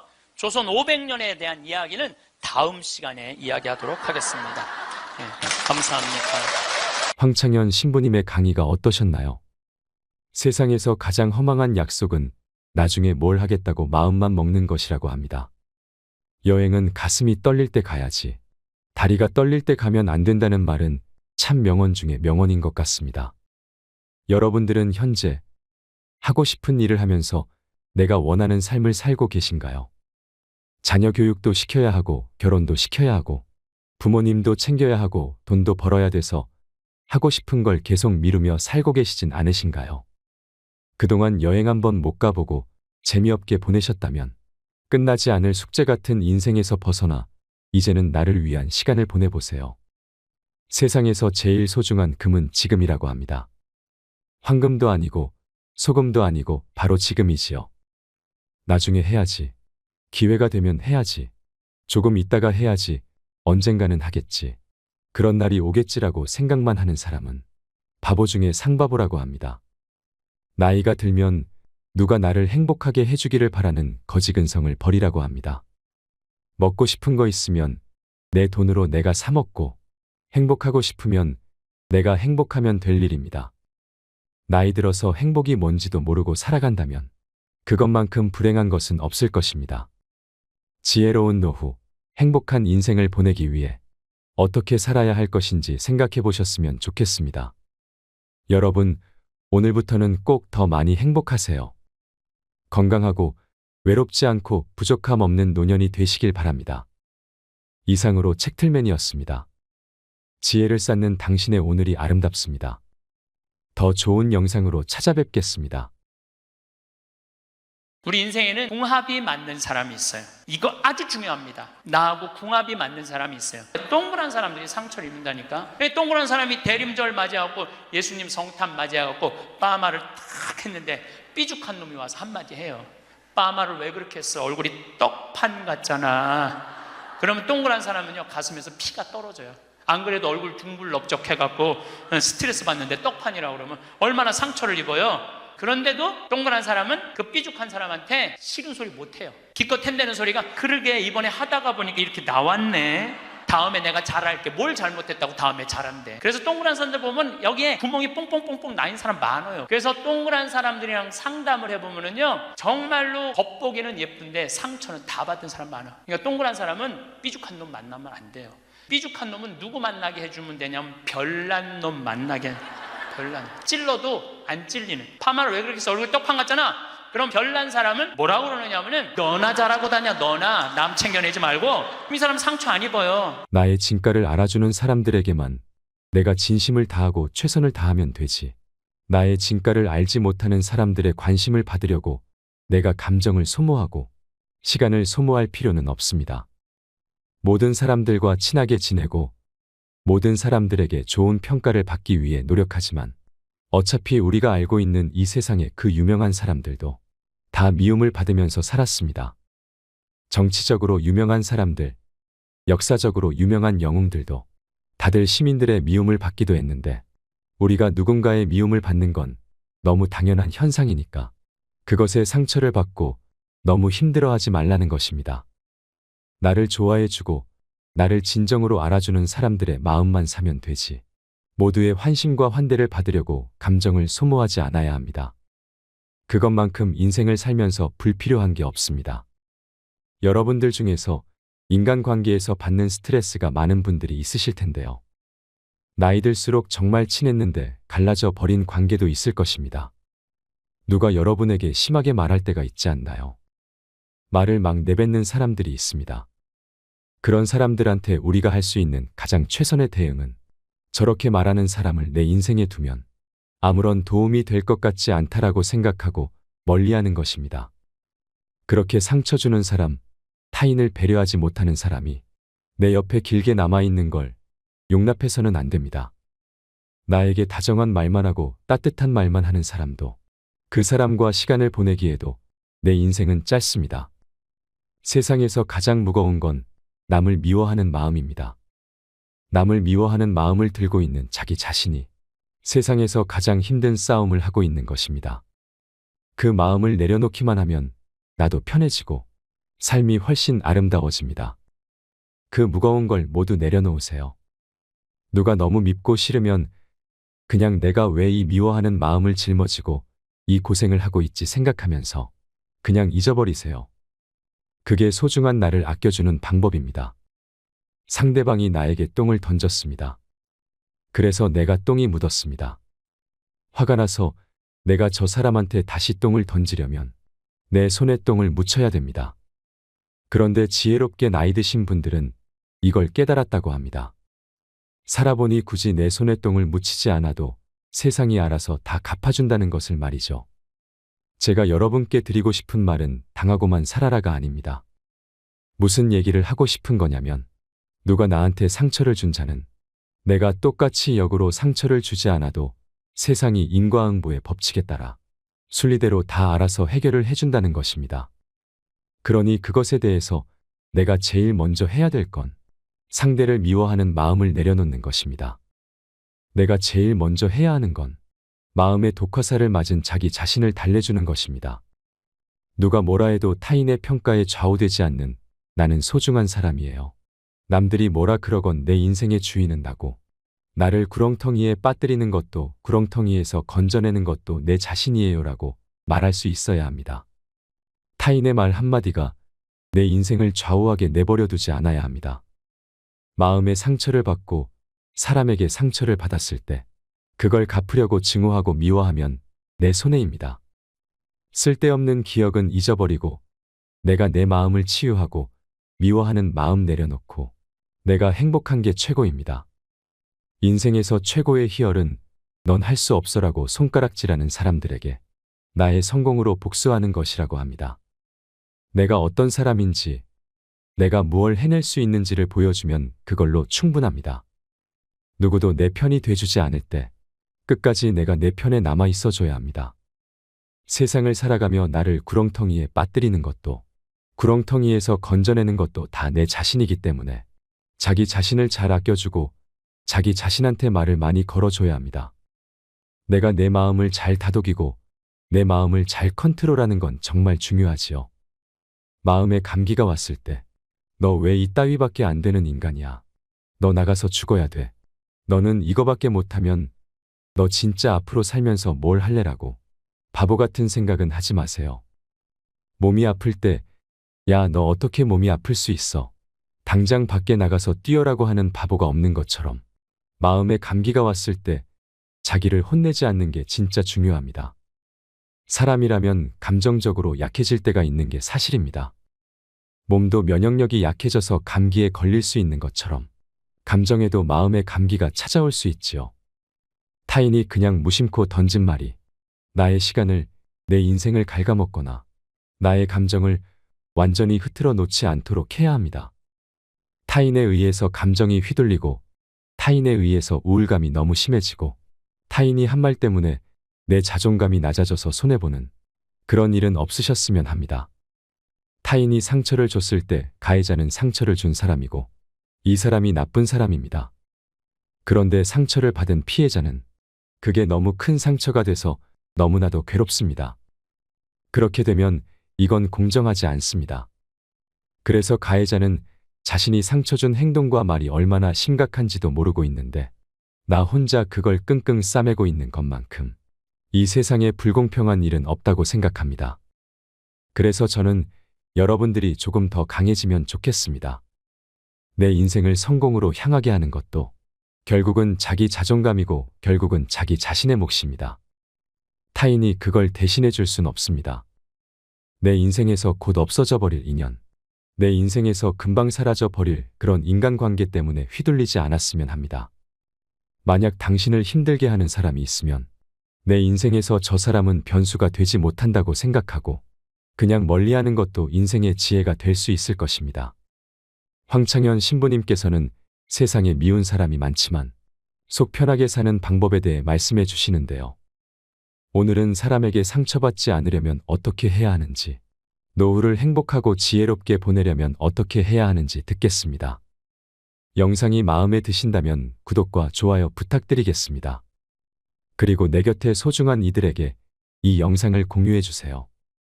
황창현 신부님의 행복특강, 지금 바로 시작하겠습니다.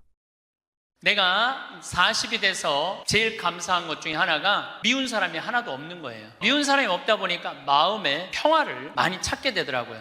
근데 문제는 마음에 안 드는 놈들은 너무 많아. 근데 여러분들 인생 살면서 모든 사람들이 마음에 들 수 있을까요? 그건 불가능해요. 왜 불가능하냐면은 보수가 있고 진보가 있고 또 정치에 관심이 있는 사람이 없고 정치에 관심이 없는 사람이 있고 환경에 관심이 있는 사람이 있고 인권에 관심이 있는 사람하고 다 달라. 다 달랐는데 어떻게 나하고 생각이 다르다고 미워할 필요까지 있느냐 이거예요. 그냥 네모난 놈은 네모난 대로, 세모나면 세모난 대로, 동그라면 동그란 대로 인정해 주면 돼요. 그리고 제가 40이 들어서 제일 감사한 것 중에 하나가 30대 때는 일일이 다 지적해주고 가르쳐야지 속이 편했는데 40대는 안 그래요. 왜 안 그러느냐면 귀찮아. 그런 거를 일일이 다 신경 쓴다는 것 자체가 귀찮아요. 그런 것까지 신경 쓰고 살 필요가 없는데 뭐하러 그렇게 그 세세한 것까지 관심을 갖고 사느냐 이거예요. 어제는 두 번째 멘토 신부 성당에 가서 강의를 하게 됐는데 오늘 평화방송한다고 마사지를 받으려고 그러는데 마사지 예약한 사람이 까먹고 집에 휴가를 가버렸다고 그러더라고요. 그래갖고 이제 직원을 바깥에서 운전하는 직원을 한 30분 정도 기다리는데 성균관대학, 수원에 성균관대학이 있는 데인데 그 수많은 젊은 여대생들이 지나가더라고요. 그런데 참 슬픈 건지 좋은 건지 모르겠는데 지나만 가지 얼굴이 안 보여. 눈이 이게 침침해갖고요. 이쁜 여자가 안 보여. 이쁜 여자가.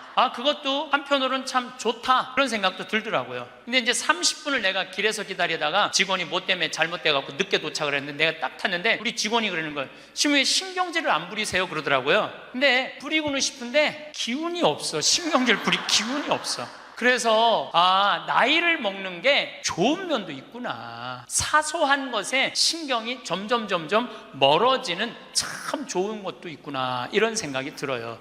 제가 늘 강의 때 말씀드리지만은 우리가 모든 사람 사랑하기 쉽지 않아요. 근데 문제는 동그란 사람들이야. 마음이 예쁜 사람들은 모든 사람 사랑하려고 그래요. 난 그 사람들이 제일 짜증나는 사람들이에요. 모두 사랑하려고 덤비는 사람들. 예수님은 모두 사랑하라고 그런 적이 없어요. 서로 사랑하라고 그랬지 언제 모두 사랑하라고 그랬어요. 여러분도 오늘 이후부터 서로 사랑하세요. 우리 인생에는 궁합이 맞는 사람이 있어요. 이거 아주 중요합니다. 나하고 궁합이 맞는 사람이 있어요. 저는 내 인생에 참 궁합 맞는 사람들이 많은 편인데 내 인생 가장 궁합 잘 맞았던 분은 2012년에 돌아가신 87세에 돌아가신 김창린 필립보 신부님이 나하고 궁합이 제일 잘 맞았던 신부님이에요.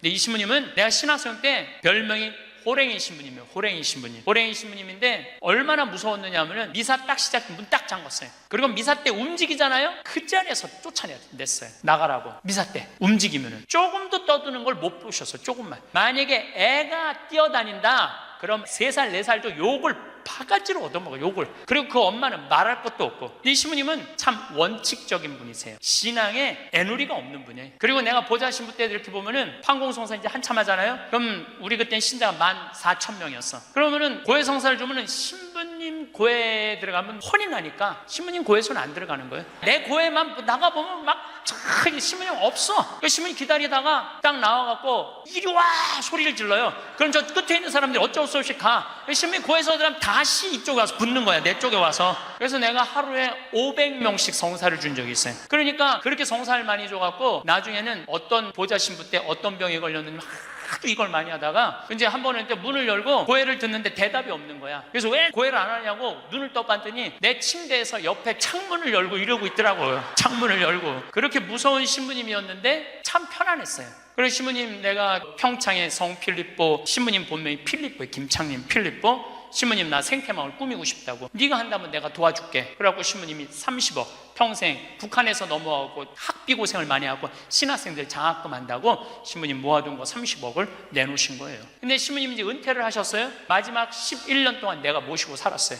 근데 한 번도 서로 큰 소리 얼굴 붉힌 적이 없어요. 그렇게 무서운 신부님인데 신부님하고 뭐 에피소드가 너무 많은데 신부님이 당신 성구가 서로 사랑하라야 내 성구 액자 너한테 줬는데 어디 있느냐고 2년을 괴롭히더라고요. 나는 그런 거 본 적 없다. 이놈 새끼 내가 너한테 성구 줬는데 네가 내 걸 우습게 한다고 욕을 먹었는데 나중에 알고 보니까 신부님 그 철산성당 사무실에 있었던 거야. 근데 내가 그것 때문에 황당한 게 아니야. 서로 사랑하라는 성구를 내가 찾아서 우리 지금 생태마을에 걸어놨는데 참 기가 막혀요. 서로 사랑하라 그러는데 이렇게 그 뒤에 배경 그림이 뭔지 아세요? 호랑이 2마리가 서로 끌어안고 있는 거야. 하여튼 호랑이. 그런데도 신부님하고 마지막까지 정말로 아버지 아들같이 잘 지냈어요. 근데 이제 신부님이 2월 15일 날 입원하셨는데 뭐 이제 한 3개월 보름 정도 했는데 월요일 날 돌아가실 것 같다고 우리 주교님들 다 모이고 교구청신분들 다 모여갖고 돌아가신다고 그러는데 신부님이 안 돌아가시는 거야. 밤 12시가 돼도. 그러니까 뭐 주교님 뭐 황신부 있을 거지, 우리 각계 뭐 교구청의 신부들 우리 각계 다 가고 나만 있는, 돌아가시는 언제 돌아가시나 보는데 새벽 3시까지도 안 돌아가시네. 나는 다음날 강의 있는데 라고 하고 신부님한테 나 지금 바빠서 간다고 가는데 이틀 지났는데 느낌이 이상해. 그래서 부관장 신부한테 네가 나머지 다 해라. 나 아무래도 신부님 돌아가실 것 같다. 그래서 이제 수원 빈센트 병원에 왔어요. 딱 왔는데 신부님이 이틀 동안 혼수 상태에 계시더라고. 그래서 내가 신부님 귀에다가 이렇게 말했어요. 신부님 이제 가셔라. 신부님 힘든데 신부님도 가셔야지. 신부님도 편안하고 나도 힘들어 죽겠다 왔다 갔다. 그랬는데 신부님이 눈을 딱 뜨는 거예요. 얼마나 놀랬는지 몰라요. 죽으라고 그러는데 눈 뜨니까 얼마나 내가 놀래. 그랬더니 그 신부님 모시는 자매가 그러더라고요. 부부가 아유 저거 보라고 이틀 동안 그렇게 많은 신부님들이, 그렇게 많은 지인들이 와서 신부님 눈 뜨라고 그래도 눈 한 번 안 뜨더니 저 사랑하는 신부가 와서 신부님 이제 가시라고 그러니까 눈 뜨는 거 보라고. 저 신부님 매일 저를 위한 미사를 하셨거든요. 매일매일. 그래서 내가 이제 신부님한테 그랬죠. 신부님 평생에 내 바람막이 돼주시고 나 행복하게 해줘서 너무너무 감사하다고. 나는 사제 생활은 정말로 반은 신부님 때문에 행복하게 살았다고. 내가 그날 다 오라고 그랬거든요. 신부님 지인들 다 눈 한번 마주치라고. 신부 눈 다 마주치시더라고요. 그러더니 나하고 딱 눈을 마주치시면서 돌아가시더라고요. 그래서 신부님이 내 품에서 돌아가셨어. 신부님은 나하고 궁합이 맞은 거죠. 그래서 난 그분하고 평생 참 행복하게 살았어요. 여러분들도 마찬가지예요. 여러분들하고 궁합이 맞는 사람이 있어. 근데 이 동그란 사람 얘기, 이제 뭐 내가 옛날에 화가 나십니까에도 말씀드렸지만, 동그란 사람들은 뭐가 있냐면 예수님 사랑하는 마음이 이쁘니까 남 상처 주는 걸 못해. 왜냐하면 예수님한테 미안하니까 남 상처 주는 걸 못하는 거예요. 동그란 사람이 대림절 맞이하고 예수님 성탄 맞이하고 빠마를 탁 했는데 삐죽한 놈이 와서 한마디 해요. 빠마를 왜 그렇게 했어? 얼굴이 떡판 같잖아. 그러면 동그란 사람은요 가슴에서 피가 떨어져요. 안 그래도 얼굴 둥글럽적해갖고 스트레스 받는데 떡판이라고 그러면 얼마나 상처를 입어요. 그런데도 동그란 사람은 그 삐죽한 사람한테 싫은 소리 못해요. 기껏 햄대는 소리가 그러게 이번에 하다가 보니까 이렇게 나왔네. 다음에 내가 잘할게. 뭘 잘못했다고 다음에 잘한대. 그리고 어디 가서 우느냐면 성당 가서 운다니까요. 여기 있는 분들 많아. 그런 분들, 동그란 분들 많아. 맨날 울면서 상처 입고. 그래서 동그란 사람들 보면 여기에 구멍이 뽕뽕뽕뽕 나인 사람 많아요. 그래서 동그란 사람들이랑 상담을 해보면은요 정말로 겉보기는 예쁜데 상처는 다 받은 사람 많아. 그러니까 동그란 사람은 삐죽한 놈 만나면 안 돼요. 삐죽한 놈은 누구 만나게 해주면 되냐면 별난 놈 만나게. 별난. 찔러도 안 찔리는. 파마를 왜 그렇게 해서 얼굴 떡판 같잖아. 그럼 별난 사람은 뭐라고 그러느냐면은 너나 잘하고 다녀. 너나 남 챙겨내지 말고. 이 사람 상처 안 입어요. 상처 안 입는데 동그란 사람들이 상처를 입는다니까. 그래서 여러분들은 지금 50, 60 되신 분들, 여러분들 앞으로도 50년, 60년 인생 더 살아야 돼요. 미운 사람이랑 뭐하러 힘들게 가요? 내가 마음에 드는 사람, 좋은 사람이랑 가셔야죠. 그래서 오늘 이후부터 아까도 제가 멘토 얘기했지만은 우리가 멘토를 잘 만나야 돼요. 그래서 저는 막 보면은 성격 까칠한 사람들 가능한 한 안 만나요. 연락도 안 하고. 내가 좋은 사람들은 난 연락 많이 해요. 전화도 많이 하고 밥도 자주 먹고 참 좋은 것 같아. 생태마을 꿈이라고 100억 주고 잠비아에 100억 준 우리 83살 된 우리 은인한, 저는 한 달에 한 번 전화해서 꼭 같이 밥 먹어요. 우리 어머니 아버지도 한 달에 한 번 꼭 같이 밥 먹고. 내가 좋은 사람만 난 전화해서 밥 먹어. 굳이 삐죽한 애 전화해갖고 내가 예수 그리스도의 이름으로 저 사람을 사랑하고야 말리라. 난 안 그런다 이거야. 그래서 40 부록이 되면서 유혹도 흔들림도 의심도 별로 없어진 것에 대해서 너무너무 감사하다는 거죠. 50이 지천명이야. 50이 지천명. 50이 되면은 뭐 해야 되느냐면 하늘의 뜻을 아는 나이야. 49까지는 세상에 관심이 많았다면 50부터는 어디에 관심이 많아야 돼? 하늘나라에 관심이 많아야 돼. 여러분들은 49까지는 세상에 속해서 살았어. 세상 일 많이 하고 살았어요. 그럼 50부터는 이제 내가 이제 어디 갈 거야? 하늘나라 갈 거 아니야 이제? 이제는 갈 날이 점점 다가오잖아요. 그러면 하느님의 뜻을 알라고 해야 되지 않아요? 하느님의 뜻을. 제가 미사 기도문 중에 너무 좋아하는 기도문이 있어요. 하느님 아버지 성찬의 전례 때요 저희가 그리스도의 죽음과 부활을 기념하며 생명의 빵과 구원의 잔을 봉헌하나이다. 또한 저희가 아버지 앞에 나와 봉사하게 하시니 감사하나이다. 많이 들어봤죠?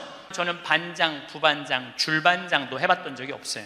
우등상도 타봤던 적이 없어요. 내 평생에 1등이라는 건 한 번도 해본 적이 없어요. 그런데 나같이 부족한 인간이 오늘도 미사 같이 봉헌하겠지만은 이 많은 교우들한테 기도를 바쳐 올릴, 또한 아버지 앞에 나와 이 많은 교우들을 위해서 미사 드리게 해주는, 또한 아버지 앞에 나와 봉사하게 해주시니 감사나이다. 난 너무너무 영광스러운 거야. 아버지 일을 하는 것에 대해서 너무 감사하는 거야. 30대 때는 하느님의 이름을 빌려서 내 일을 했어요. 30대 때는 어땠냐, 뭐가 진행이 안 되면 성질을 있는 대로 부렸어요. 근데 요즘은 막 일이 진행이 안 되잖아요. 그럼 딱 내려놔요. 그리고 이렇게 말합니다. 당신이 원하는 게 아니네. 그거 딱 내려놔요. 하느님 당신이 원하는 일이면 되겠지. 제가 작년에 잠비아에 가갖고 간호대학 수도된 걸 보고 사는 맛 사는 멋 삼교 한 끼 책 파는 거 2억 인쇄 내놨다고 그랬잖아요. 그래갖고 교우들한테 1,000만 원씩 30명만 도와달라고 그랬잖아요.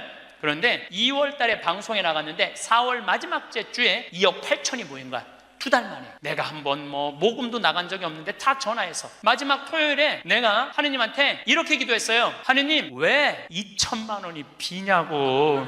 진짜 그렇게 기도했어요. 진짜. 아니 내가 2억을 내놨으면 당신 3억 내놔야 될 거 아니냐고 그렇게 기도를 했는데, 그날 저녁에 종교도 다른 할머니가 나한테 전화했어요. 신부님 당신이 기도를 하는 중에 내가 돈이 필요할 것 같아갖고 2천만 원 보냈다는 거예요. 2천만 원. 나는 기쁘지 않았어요. 왜 기쁘지 않았냐면 너무 놀랬어요. 하느님이 다 듣고 하느님 왜 2천만 원이 비냐고 그랬더니 그 저녁에 2천만 원을 채워주셨으니 여러분들 기쁠 것 같아요? 무서울 것 같아요? 무섭죠. 와. 그래서 예수님이 너희들 많은 말 하지 말아라. 아버지가 너희가 필요한 것을 다 알고 계신다. 그래서 내가 기도를 안 한다니까요. 내가 잠비아에 농업대학 세울까? 그랬더니 100억 갖다 줬잖아요. 그래갖고 농업대학 부지가 필요한데 그랬더니 1,000만 평 대통령이 줬잖아요. 어떻게 기도를 해? 생각만 해도 하느님이 이렇게 쏟아주는데 기도까지 해주면 나는 죽어. 이거 기도까지. 근데 나는 어떤 믿음이 있느냐 하면 지천명 하늘의 뜻을 알아요. 하느님이 원하는 일이면 된다. 그리고 이제 잠비아에 제가 이제 4년을 다니면서 내가 너무너무 놀란 거는 잠비아의 신자가 500만 명이에요. 그리고 내가 다니고 있는 은돌락 교구는 신자가 100만 명이야. 근데 신학교가 없는 거야. 잠비아의 신학생은 지금 480명이 있대요. 근데 기숙사가 없는 거야. 1, 2학년이 철학과 이렇게 다니고 이상하게 하여튼 신학 과정이 있더라고. 그래서 은돌락 교구의 반달 주교님께서 나한테 요청이 왔어요. 우리 여기 잠비아에 신학교를 좀 줘달라고. 근데 그 신학교 짓는 거 어렵잖아. 땅 이미 1,000만 평 있고 10억이면 신학교 짓거든요. 벌써 100억 기증 받았고. 나는 농업대학만 할 생각을 했지 신학교 줘줄 생각을 안 했거든요. 근데 생각해보니까 이거 신학교 짓는 거 이게 정말로 의미 있는 일이구나. 이게 누구의 뜻이냐? 1,000명이라는 거야. 하느님의 뜻이구나. 그래서 요즘 이제 신학교를 이제 설계를 다 끝냈어요. 신학교 설계도 다 끝났어. 그래갖고 짓는데 이제 반달 주교님이 지난 10월 달에 한국에 들어오셨어요. 근데 또 마침 우리 수원교구의 이용훈 주교님께서 그러면은 저도 그렇죠. 우리 수원교구 주교님 이름으로 책임지고 끝까지 져주기로 두 주교님께서 사인을 딱 했어. 내가 그걸 보면서 그래 하느님이 이렇게 역사하시는구나 그런 걸 느끼면서 내 일을 하는 게 아니라 이제 누구 일을 해? 하느님의 일을 해. 하느님의 일을 하니까 내가 책임질 필요 있어요 없어요? 없어. 누가 책임져야 돼? 하느님이 책임져야 돼. 그야말로 내 기도는 배째라야. 줄래면 주고 말래면 말아라. 그런데 잠비아에 이번에 미국 교우들이 20명이 따라왔어요. 그 사연이 기가 막히더라고요. 딸이 수의학과 다니다가 교통사고로 죽은 거야. 보나라는 아이인데 24살인가 6살에. 근데 그 딸 생일날 잠비아에서 보나샘이라고 샘을 판 거예요. 근데 그분들이 그 주교님을 만나더니 우리도 잠비아에 신학교 짓는데 자기네들이 가능한 한 100만 달러 다 모아보겠다는 거예요. 이게 내가 그런 일을 저지르는 게 아니라 하느님이 알아서 하는 거야. 나는 뭐만 해? 심부름만 하는 거야. 또한 아버지 앞에 나와 봉사하게 하시니 감사하나이다. 여러분들 여기 50대신 분들, 50 넘으신 분들 아직도 세상 것에 연연하고 매달린다면 언제 1,000명 하늘의 뜻을 알 거예요. 이제 이 세상 돌아가는 삼라만상 이치 다 할 나이 아니에요. 50이 되면은. 그렇다면은 내가 이 세상에서 하나라도 더 가지고 끝나는 게 아니고 이 세상에서 하느님 보시기 좋은 일을 하고 가는 게 중요하다는 거예요. 욕심을 버리시면은요 여러분들 마음 안에 기쁨이 있어. 저는 요즘 미사 때마다 저 100만 명이 아무 사고 없이 크게 서로 막 경찰이 막 최루탄 물대포 쏘고 이런 일 없이 우리의 의사를 잘 표현하게 해달라고 아무 사고 없이 기도해요. 우리나라 평화를 위해서. 내가 우리나라 평화를 위해서 미사일 지향을 내가 드릴 수 있는 사제가 된다는 거 너무 감사하더라고요. 여러분들도 하느님 아버지 내가 구역장으로 봉사하게 하시니 감사하나이다. 하느님 아버지 내가 성모회장으로 봉사하게 하시니 감사하나이다. 하느님 아버지 내가 반장으로 봉사하게 하시니 감사하나이다. 이렇게 기도해야 돼. 62순이라고 해. 62순. 이순이라는 건 뭐냐면 60이 되면 귀가 편안해야 되는 나이에요. 화가 나지 말아야 돼. 누가 내 욕을 해도 화가 나지 말아야 돼. 근데 60 된 분들 막 누가 내 욕을 해. 그럼 뭐라 그래? 이 나를 내가 산전수전 다 겪었는데 날 뭘로 보고 내 욕을 해? 내가 이놈을 뻔때를 보여주리라. 이때부터는 나이를 헛먹는 거예요. 누가 내 욕을 해도 화가 나지 말아야 돼. 내 커피숍 하는 친구가 있어. 이 친구가 해준 얘기예요. 무슨 얘기냐면은 1시에 자기 커피숍에 60 먹은 아줌마 10명이 들어오더래요. 그래갖고 야 커피 한 잔이 6,000원 7,000원이니까 한 7만 원 버나 보다. 근데 아줌마들이 딱 들어와서 핸대는 소리가 우리가 지금 대모임을 해갖고 밥을 많이 먹어갖고 배가 불러서 3잔만 시키겠다고. 3잔만 시키더래요. 그랬더니 요즘 리필이 다 되잖아요. 한참 먹더니 리필해달라고 그러더래요. 리필. 또 그 큰 컵에다 리필을 다 해준 거야. 그랬더니 다시 오더니 그러더래요. 이거 우리 귀양 리필해준 거 우리 나눠 먹게 잔 좀 더 달라고. 그래갖고 1시부터 3시까지 10명이 3잔 시켜서 온갖 수다 그냥 다 박장대소 하고 막 깔깔거리면서 3잔 값을 내고 나가더래요. 너무 가슴이 아프더래요. 왜냐하면은 전기세도 있고 자리세도 있고 월세도 내야 되는데 저 아줌마들 10명이 들어와서 3잔만 시켜서 먹고 나가. 얼마나 가슴이 아픈지 몰라요. 여러분들 돈이 없으면은 막심 골드 그 150원이야 스틱 커피 그거 10개 사면 1,500원이야. 그럼 보온병 사다가 종이컵 사다가 종이컵은 안 되지만은 그냥 그 앞에 공원이거든. 그거 먹으면 되지. 왜 그 남의 상처를 이걸 뭐라고 하냐면은 나이값도 못한다고 그러는 거야. 늙으려면 어떻게 늙어? 곱게 늙어. 늙으려면 곱게 늙어야 돼. 나이를 먹으려면 제대로 먹어야 된다는 거예요. 나는 그래서 우리 직원들 장 보러 나갈 때 절대 못 깎게요. 돈 못 깎게. 그거 300원 400원 깎아서 뭐해. 우리 직원이 지난번에 그러더라고. 자기가 호박을 사는데 한 푼도 안 깎길래 하나 더 얹어주길래 이거 우리 신부님이 깎지 말라고 그런다고. 나도 농사 짓는 사람이라요.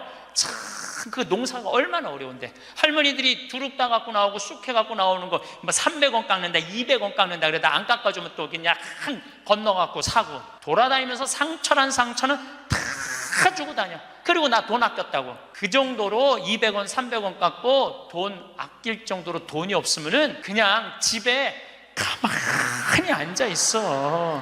돌아다니지 말고. 그래서 나이값을 해야 된다는 거예요. 늙으려면 어떻게 늙어? 곱게 늙어야 돼. 그리고 60이 되면은 이순이라는 게 뭐냐면은 누가 내 욕을 해도 화가 나지 말아야 되는 것 뿐만 아니라 이해 안 되는 게 없어야 돼요. 삼라만상 우주 아까 1000명이라고 그랬잖아요. 1000명 안에는 우주 만물의 조화까지 다 알아야 돼. 60이 되면은 이해 안 되는 게 없어야 돼. 신부님도 옷 벗고 나가면 내가 저 신부님 더럽다고 저 신부님 저럴 수 있느냐고 내가 그렇게 안 봤는데 욕이나 하고 돌이나 던지고 그건 나이를 헛먹는 거예요.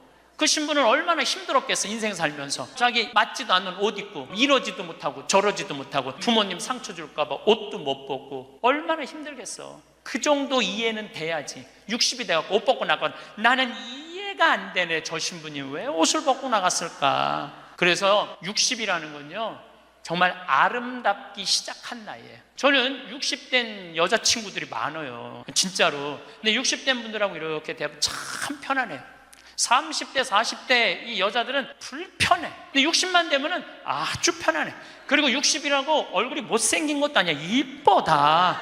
60은 내가 보기에는 아름답기 시작한 나이예요. 누가 뭐라 그래도 받아들이고 포용할 수 있는 따뜻한 나이가 저는 60이 아닌가 싶어요. 70이 종심소욕 불육이라고 그래요. 뭐라고 하면 70이면 마음을 따른 욕구가 일어나는 마음을 따라도 법에 어긋남이 없는 나이야. 그러니까 내가 한 70 넘은 분이 내가 욕심껏 행동을 해도 그게 법에 어긋나지 말아야 돼. 다시 말해서 좀 쉽게 얘기하면 우리 천주교 교우들 알아듣기 쉽게 말하면 70에 내가 하는 행동이 하느님이 하는 행동하고 똑같아야 돼. 근데 70된 할머니들 막 잔치집에 갔는데 그냥 부침개 맛있다고 꼬쟁이에 그 집에 부침개 남든 뭐 모자라든 상관하지 않고 꼬쟁이에 싸갖고 막 그게 이제 늙으려면 곱게 늙으려는 거예요. 그러면 안 된다는 거예요. 불류구라는 게 뭐냐면 자야 자. 자아가 넘침이 없는 거, 넘침이 없는 거. 요셉 성인을 의인이라고 그러죠. 왜 의인이라고 그러는지 아세요? 목수들은 자아가 생명이에요. 그래서 길이가 정확해야 돼. 그래서 목수들은 재판할 때도 누구를 불러냐? 목수를 불러요. 목수를 불러갖고 이 사람이 정확하게 계산한 거냐? 누가 다 계산해줘? 목수들이 계산해줬어. 그 의인이야, 의인. 그러니까 어긋남이 없는 거야, 어긋남이. 난 70대 된 할머니들 싸우는 거 많이 봤어요. 우리 생태마을에 노인대학이 많이 오거든요. 그리고 우리 이제 항아리가 거의 1000개 정도 돼요. 항아리는 열어보면 안 돼요. 할머니 한 분이, 내가 들은 얘기야. 할머니 한 분이 와갖고 그 문을 이렇게 걸어두거든요. 근데 문을 열고 들어가더래. 그 항아리 있는 대로. 공사자가 할머니 거기 들어가시면 안 돼요. 들은 척도 안 하고 들어가더래, 거기를. 그러더니 이제 항아리를 하나하나 보더래. 그래서 할머니 그 항아리 열어보면 안 돼요. 들은 척도 안 하고 항아리를 고무 밴드를 벗기더래. 할머니 그 찍어 먹으면 안 돼요. 들은 척도 안 하고 찍어.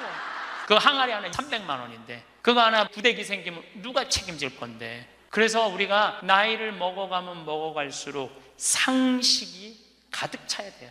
나이가 먹을수록 어린아이가 돼가는 경우가 참 많아요. 근데 공자님이 73살까지 살다가 죽었어. 무슨 얘기냐면은 천지가 80이 넘게 사는데 70까지만 얘기를 하고 죽은 거야, 공자님이. 80은 어떻게 살으라고. 그래서 내가 80을 내가 생각을 해봤어요. 80은 뭐 해야 되는 나이냐면은 생생지심의 나이예요. 생생지심이라는 게 뭐냐면은 생명을 사랑하는 나이야. 80은 생명을 사랑하는 나이. 80까지 살면은 여러분들 감사하지 않아요? 감사하죠? 저는 46세 위암 수술을 하고 매년 가을마다 단풍 구경을 가요. 셋째 주 월요일 날 우리 부관장 출신 신부들하고 단풍 구경을 가는데 너무너무 아름답더라고. 그때 내 기도문이 뭐냐면, 하느님 올해도 단풍을 보게 해주셔서 감사합니다. 이렇게 아름다운 단풍을 보게 해주셔서 감사합니다. 근데 80이 된 분들은 단풍을 몇 번을 보는 거야? 80번을 보는 거 아니에요. 얼마나 감사해. 근데 80 먹은 할머니들 뭐 다리도 아프고 허리도 아프고 뭐 귀찮지. 근데 이렇게 말해요. 아, 늙으면 죽어야 돼. 사는 게 귀찮아. 사는 게 재미가 하나도 없어. 내가 인생 살아보니까 믿을 놈 한 놈도 없어. 머리 검은 짐승한테는 잘해주는 게 아니야. 80 먹은 할머니가 이렇게 부정적인 얘기를 하면은요, 이 할머니는 인생을 실패한 할머니예요. 생명을 사랑하는 나이에 오늘도 이렇게 하루를 나한테 선물로 주신 하느님한테 감사하다고. 진달래를 보면 이번에도 한 번 더 이 아름다운 진달래를 보게 해주셔서 감사하다고. 단풍을 보면 이 아름다운 단풍을 한 번 더 보게 해주셔서 감사하다고. 살아있음에 대해서 감사하고 생명에 대해서 사랑하는 마음. 요즘 대리임 때 우리 직원들 마니또를 해요. 작년에 느닷없이 마니또를 하자고 그러더라고요. 그래서 이제 쭉 뽑았어. 우리 직원이 40명인데 나는 이제 60 먹은 형제가 뽑혔어요. 근데 한 달 동안 그 형제만을 위해서 기도한다는 게 좀 그렇더라고요. 왜냐하면 내가 40명의 목자인데. 그래서 내가 매일 한 명씩 이름을 부어서 묵주기도 5단을 해줬어요. 나는 어떤 신념이 있느냐면 하루에 묵주기도 5단 이상 하면 안 된다는 신념이 있어요.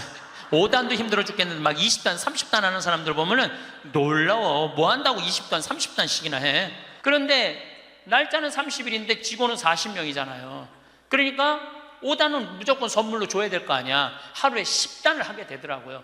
그런데 하루가 너무 충만한 거야.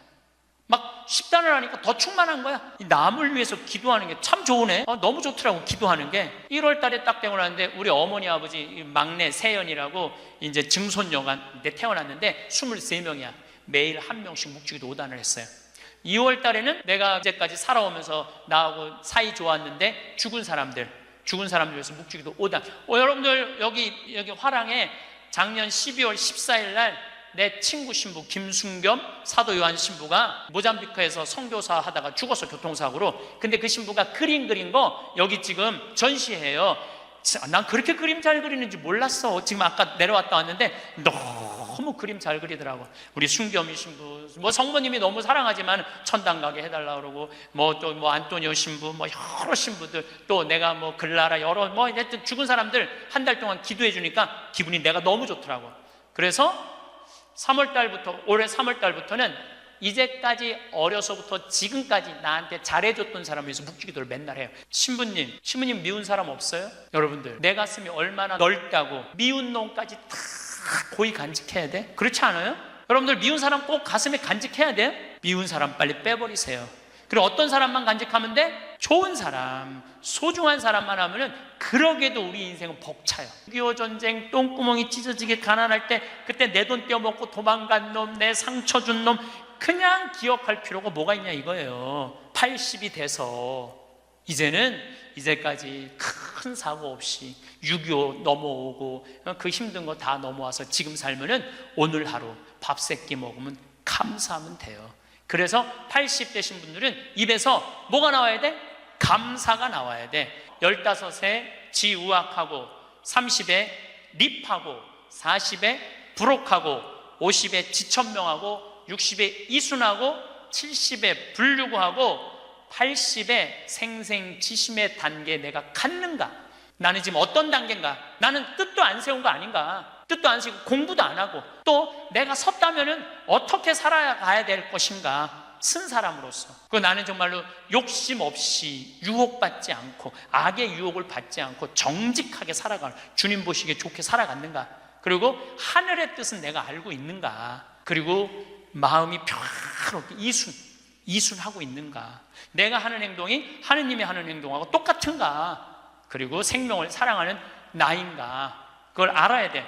그러면은 그런 정도의 사람이 되려고 그러면 공부해야 돼. 신부님, 저는요 신학교 공부했죠, 환경공학 공부했죠, 그 다음에 글 공부했어요. 그래서 저는 한국문인 회원이고 국제 팬클럽 회원이에요. 물론 우리 가톨릭 문인 회원이에요. 그래서 글 쓰는 공부 많이 했어요. 제가 잘났다는 게 아니고 끊임없이 공부하는 걸 게을리하면 안 돼요. 사도 바오로 보통뿐이 아니야. 사도 바오로가 예수님이 30년에 돌아가셨는데 사도 바오로는 35살에 개종을 해요. 5년 동안 천주교 신자를 얼마나 많이 박해했는지 몰라. 집집마다 다니면서 잡아 감옥에다 가뒀어요. 스테파노 죽일 때 옷 들고 있었고, 그리고 다마스커스로 가다가 말에서 떨어지죠. 예수님이 사울아 사울아 왜 나를 박해하느냐. 그리고 35년서부터 45년까지 10년 동안 돌을 닦아요. 돌을. 그리고 바오로 사도는 안티오키아 교회를 바르나바 사도하고 세우면서 46년부터 1차 선교, 2차 선교, 3차 선교, 4차 선교, 마지막 로마까지 가는, 그래갖고 64년에 죽어요. 그러니까 거의 60살 정도, 30년 동안 하느님 일을 하다가 죽어요. 33년 정확하게, 33년. 내가 신학교 때 이런 거 몰랐어요. 요즘 공부하면서 알아. 공부하면서 너무 재밌더라고.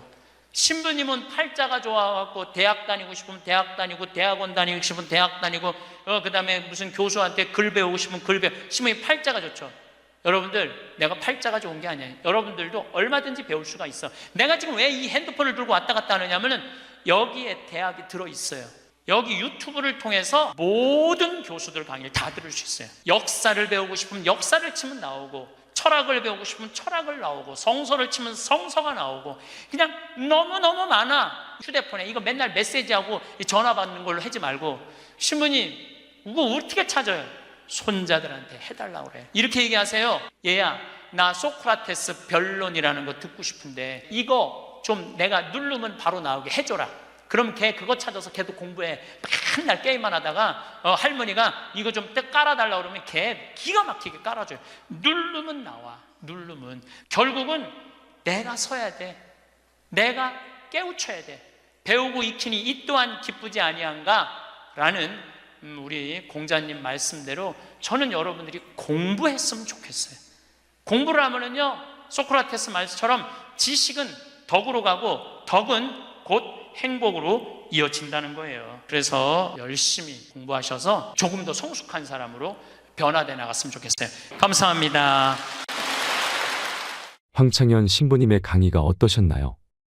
마음이 예쁜 사람일수록 모두를 사랑하려 하기 때문에 마음의 상처를 많이 받는다고 합니다.